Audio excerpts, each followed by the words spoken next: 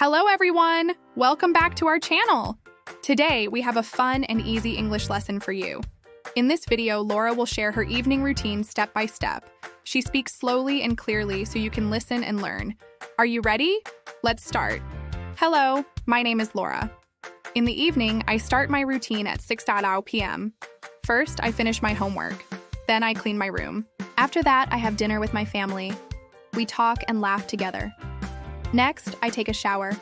The water is warm and relaxing. Then I put on my pajamas. They are soft and comfortable. After that, I brush my teeth. This is very important. Finally, I go to bed. Sometimes I read a book before I sleep. Good night. Great job. Did you understand, Laura? Now let's practice together. Repeat after me. I finish my homework. I have dinner. I brush my teeth. Excellent.